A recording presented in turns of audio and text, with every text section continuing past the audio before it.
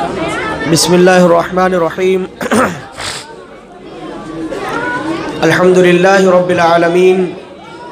والصلاة والسلام علی سید الانبیاء والمرسلین وعلی آلہ وصحبہ اجمعین ومن تبعہم ودعا بدعوتہم الی یوم الدین اما بعد فاعوذ باللہ من الشیطان الرجیم بسم اللہ الرحمن الرحیم انما المؤمنون اخوة فاصلحوا بین اخویکم صدق اللہ العلی العظیم۔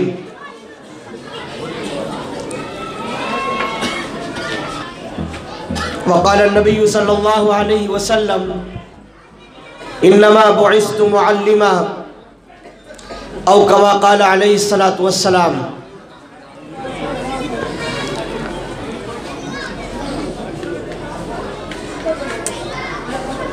اسٹیج پر جلوہ افروز علماء کرام، دانشوران قوم و ملت، طلبہ عزیز اور سامعین حضرات، قرآن کریم کی ایک مختصر سی آیت اور اللہ کے نبی حضرت محمد صلی اللہ علیہ وسلم کا ایک مختصر سا فرمان علی میں نے آپ حضرات کے سامنے تلاوت کیا ہے۔ منتظمین نے مجھے جو حکم فرمایا ہے وہ یہ ہے کہ میں اصلاح معاشرے سے متعلق آپ حضرات کے سامنے کچھ عرض کروں۔ چنانچہ حکم کی تعمیل میں کچھ باتیں آپ حضرات کے سامنے انشاءاللہ العزیز پیش کرنے کی کوشش کرتا ہوں۔ اصلاح معاشرہ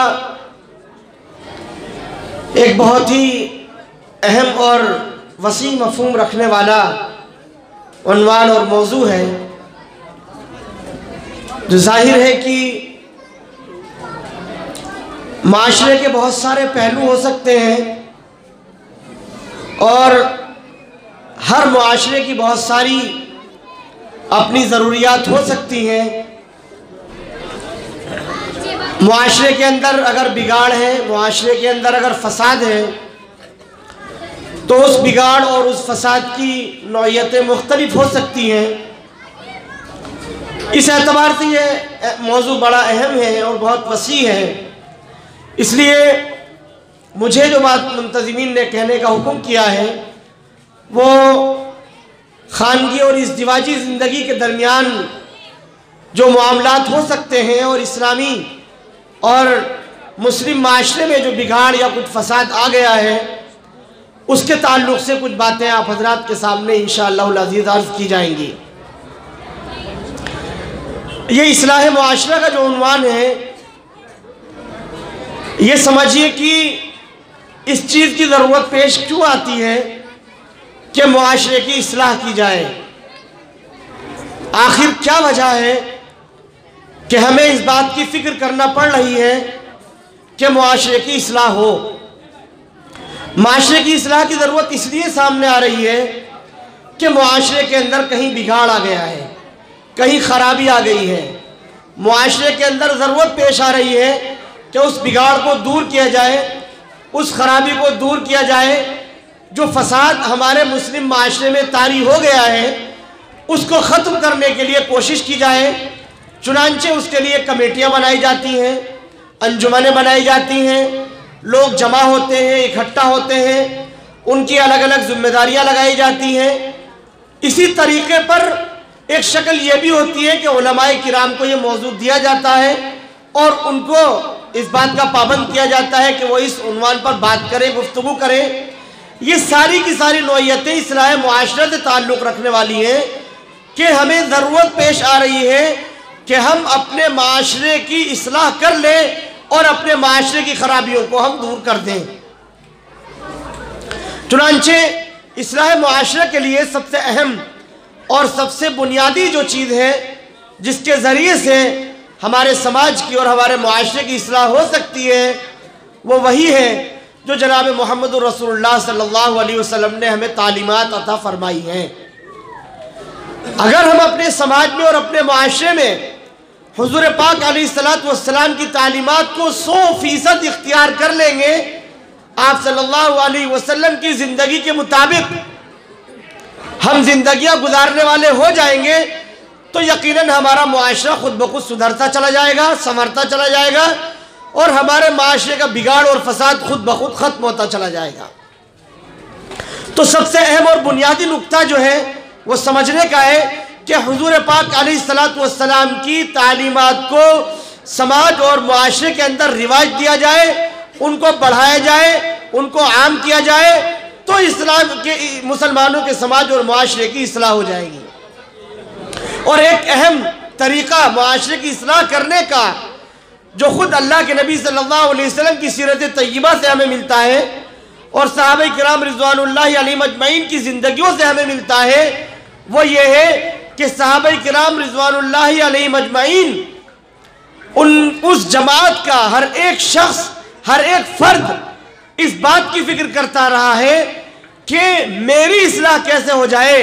میری اصلاح کیسے ہو جائے، میری خرابیاں کیسے دور ہو جائے، میری خامیاں کیسے دور ہو جائے، میری زندگی کا بگاڑ اور میری زندگی کا فساد کیسے ختم ہو جائے۔ ہر ایک صحابی اس کے لیے فکر مند ہے، تو وہ سب سے بہترین، سب سے صالح معاشرہ انسانی دنیا میں اور انسانی تاریخ میں اس کی مثال پیش کی جا سکتی ہے۔ تو یہ معاشرہ کیسے وجود میں آیا؟ اس طرح سے وجود میں آیا کہ اس کا ہر فرد اس بات کے لیے فکر مند ہے کہ میری اصلاح کیسے ہو جائے۔ میرے بزرگوں، ہمارے یہاں اصلاح معاشرے کے لیے جو بھی کوششیں ہوتی ہیں، جیسی بھی کوششیں ہوتی ہیں، ان میں سب سے زیادہ فکر اس بات کی جاتی ہے کہ سامنے والے کی اصلاح کیسے ہو جائے، میرے پڑوسی کی اصلاح کیسے ہو جائے، اور میرے فلاں دوست کی اصلاح کیسے ہو جائے، فلاں آدمی کیسے نمازی بن جائے، فلاں آدمی کیسے نیک اور متقی پرہیزگار بن جائے، فلاں آدمی کس طرح سے حلال اور پاکیزہ روزی کمانے لگے، فلاں آدمی کی زندگی تقوی والی کیسے بن جائے، فلاں آدمی کی سماجی اور معاشرتی زندگی کیسے صحیح ہو جائے۔ ہر ایک دوسرے کے لیے فکر مند ہے، ہر ایک دوسرے کے لیے فکر مند ہے۔ نتیجہ یہ ہوتا ہے کہ نہ اپنی اصلاح ہوتی ہے، نہ دوسرے کی اصلاح ہوتی ہے، نہ اپنی اصلاح ہوتی ہے، نہ سامنے والے کی اصلاح ہوتی ہے۔ ہمیں جو نسخہ نبوی دیا گیا ہے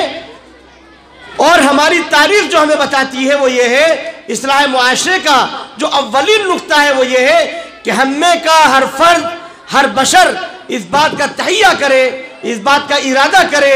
اس بات کا عزم کرے کہ مجھے اپنی اصلاح کرنی ہے، مجھے اپنی اصلاح کرنی ہے، میں سنور جاؤں۔ میرے لیے کس طرح سے اصلاح کی راہیں کھل سکتی ہیں، ہر ایک شخص جب اس بات کی فکر کرے گا، اس کے لیے کوششیں کرے گا، تو یقیناً معاشرے کی اصلاح خود بخود ہوتی چلی جائے گی۔ پھر نہ کمیٹیاں بنانے کی ضرورت ہے، نہ جلسے جلوس کرنے کی ضرورت ہے، نہ لوگوں کو جمع کرنے کی ضرورت ہے، بلکہ ہر ایک شخص جو ہے وہ اپنے لیے، اپنی ذات کے لیے فکر مند ہے۔ ہر ایک اس لیے فکر مند ہے کہ میری اصلاح ہو جائے۔ صحابہ کرام رضوان اللہ علیہم اجمعین کی یہی خصوصیت تھی کہ ان میں کا ہر فرد یہ سمجھتا تھا کہ میری اصلاح کیسے ہو جائے۔